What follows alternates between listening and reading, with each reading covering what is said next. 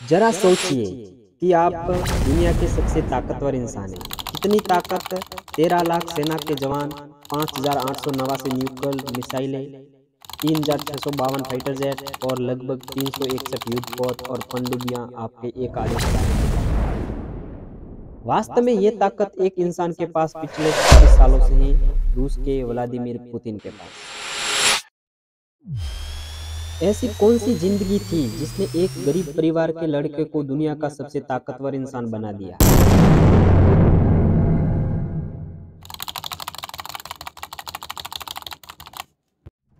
Putin एक रहस्यमय शख्सियत जिसने ग्लोबल स्टेज को हिला कर रख दिया।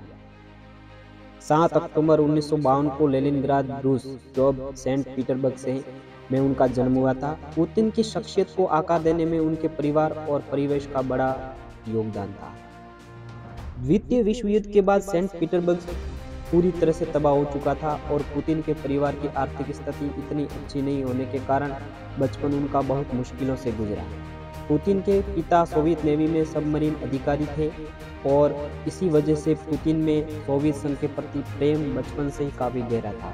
उनकी मां घर चलाने के लिए पास ही एक फैक्ट्री में सारा दिन काम करती थी। पैसों की कमी के बावजूद उनकी मां ने हमेशा शिक्षा को सबसे अधिक महत्व दिया। मां के पढ़ाई पर फोकस की वजह से पुतिन ने बचपन से ही शिक्षा में गहरी रुचि दिखाई, विशेष रूप से इतिहास, राजनीति और दर्शन के विषयों में। पुतिन की मां को क्या पता था कि यह विषय उनकी जिंदगी में एक महत्वपूर्ण भूमिका निभाएंगे। पुतिन की यह शैक्षिक यात्रा उन्हें 1970 में लेनिनग्राड स्टेट यूनिवर्सिटी तक ले गई, जहां से उन्होंने 1975 में लॉ की डिग्री पूरी की। पढ़ाई के साथ साथ पुतिन अतिरिक्त गतिविधियों में भी सक्रिय रहे, जैसे डिबेट्स और राजनीतिक चर्चाएं, जिसमें पुतिन की राजनीति की समझ को गहराइयां दी। खेल की बात करें तो पुतिन मार्शल आर्ट्स में ब्लैक बेल्ट है। मार्शल आर्ट का स्वभाव ऐसा है कि यह व्यक्ति के अनुशासन, नियंत्रण और निर्णय लेने की क्षमता को मजबूत बना देता है। पुतिन का बचपन कठिन था, लेकिन शायद यही कठिन समय उनकी शख्सियत को आकार देने के लिए जरूरी थी। वह शख्सियत जो वैश्विक मंच पर अपनी छाप छोड़ सके। ग्रेजुएशन के तुरंत बाद 1975 में पुतिन की जिंदगी ने एक महत्वपूर्ण मोड़ लिया, जब उनके सास और सोवियत संघ के प्रति प्रेम ने उन्हें रूस की खुफिया एजेंसी KGB में शामिल करवा दिया। यहाँ पुतिन को हर वह प्रशिक्षण दिया गया जो एक कुशल जासूस बनने के लिए आवश्यक था। इस प्रशिक्षणों में कुछ प्रमुख कोर्स थे, जैसे गुप्त ऑपरेशंस को अंजाम देना, कोड ब्रेकिंग और मानसिक रूप से दूसरों को नियंत्रित करने की कला। प्रशिक्षण पूरा होने के बाद पुतिन को KGB के पहले चीफ डायरेक्टरेट के पोस्ट पर नामित किया गया। ये डायरेक्टरेट विदेशी ऑपरेशंस की योजना बनाने और स्थानीय राजनीतिज्ञों की निगरानी एवं नियंत्रण का काम करता था। यहाँ काम करते हुए पुतिन जल्द ही सोवियत संघ के प्रमुख जासूसों में गिने जाने लगे। पुतिन का पहला युद्ध अनुभव 1985 में अमेरिका और सोवियत संघ की शीत युद्ध के दौरान मिला, जब उन्हें पूर्वी जर्मनी के शहर ड्रेसडेन में पोस्ट किया गया।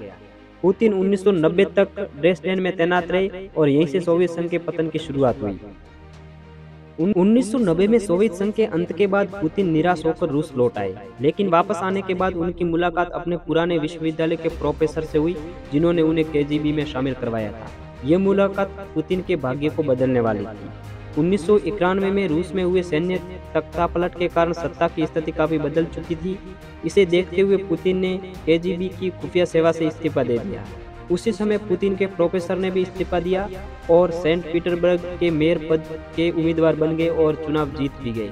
मेयर बनते ही प्रोफेसर ने अपने वफादार छात्र पुतिन को सेंट पीटर्सबर्ग का डिप्टी मेयर नियुक्त कर दिया। यहाँ से पुतिन की सत्ता ने ऐसी गति पकड़ी जो आज तक थमी नहीं है। पुतिन के प्रोफेसर भ्रष्टाचार के आरोपों के कारण सेंट पीटर्सबर्ग का चुनाव हार गए और रूसी लोग उनके खिलाफ हो गए, लेकिन पुतिन ने यहाँ भी अपनी वफादारी दिखाई और अपने कनेक्शन का इस्तेमाल करते हुए प्रोफेसर को रूस से सुरक्षित बाहर निकलवाया। पुतिन की यही वफादारी उसे रूसी राष्ट्रपति बोरिस येल्त्सिन की नजरों में ले आई और देखते ही देखते पुतिन बोरिस के करीबी सर्कल का सदस्य बन गए, जिस पर राष्ट्रपति आंख बंद करके भरोसा करते थे। यहाँ तक कि केवल 2 साल के रिश्तों के बाद ही 1999 में बोरिस ने अचानक अपने प्रधानमंत्री और पूरी कैबिनेट को बर्खास्त कर दिया और पुतिन को प्रधानमंत्री नियुक्त कर दिया।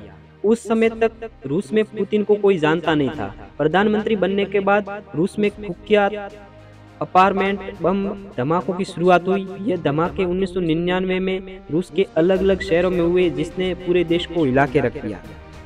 इसी दौरान पुतिन ने सार्वजनिक बयान देना शुरू किया कि रूसी सेना इन बम धमाकों का बदला जरूर लेगी। इस बयान के बाद पूरा रूस उस पुतिन के पीछे खड़ा हो गया, जिसे कोई जानता तक नहीं था। पुतिन ने केवल धमकी ही नहीं दी, बल्कि अपने आदेश पर चेचन्या के ग्रोजनी शहर पर इतनी एयर स्ट्राइक करवाई कि कुछ ही दिनों के भीतर पूरा का पूरा शहर खंडर बन गया। रूस एक बार फिर चेचन्या पर कब्जा करने में कामयाब हो गया। ये पुतिन की पहली युद्ध में सफलता थी। इसके तुरंत बाद 31 दिसंबर 1999 को राष्ट्रपति बोरिस येल्सिन ने इस्तीफा दे दिया और अगले राष्ट्रपति चुनाव में पुतिन विजयी हुए। 2000 से 2008 तक पुतिन ने वैश्विक मंच पर ज्यादा हलचल नहीं मचाई, लेकिन 2008 के बाद उन्होंने दुनिया के साथ एक नए युद्ध के साथ कदम रखा। 2008 में जॉर्जिया के साथ युद्ध किया। 2012 में सीरिया युद्ध में बशर अल असद का अमेरिका और नाटो के खिलाफ समर्थन। 2014 में क्रीमिया का युद्ध, जिसमें क्रीमिया को रूस का हिस्सा बना दिया गया। और सबसे हालिया 2022 में यूक्रेन का युद्ध, जो अभी तक जारी है। पुतिन का इरादा स्पष्ट है कि वे रूस को वापस सोवियत संघ बनाना चाहते हैं। क्या पुतिन अपना ये सपना पूरा कर पाएंगे? कमेंट सेक्शन में अवश्य बताइए। वीडियो अच्छा लगा है तो अवश्य लाइक एंड सब्सक्राइब कर लीजिए। Thank you so much.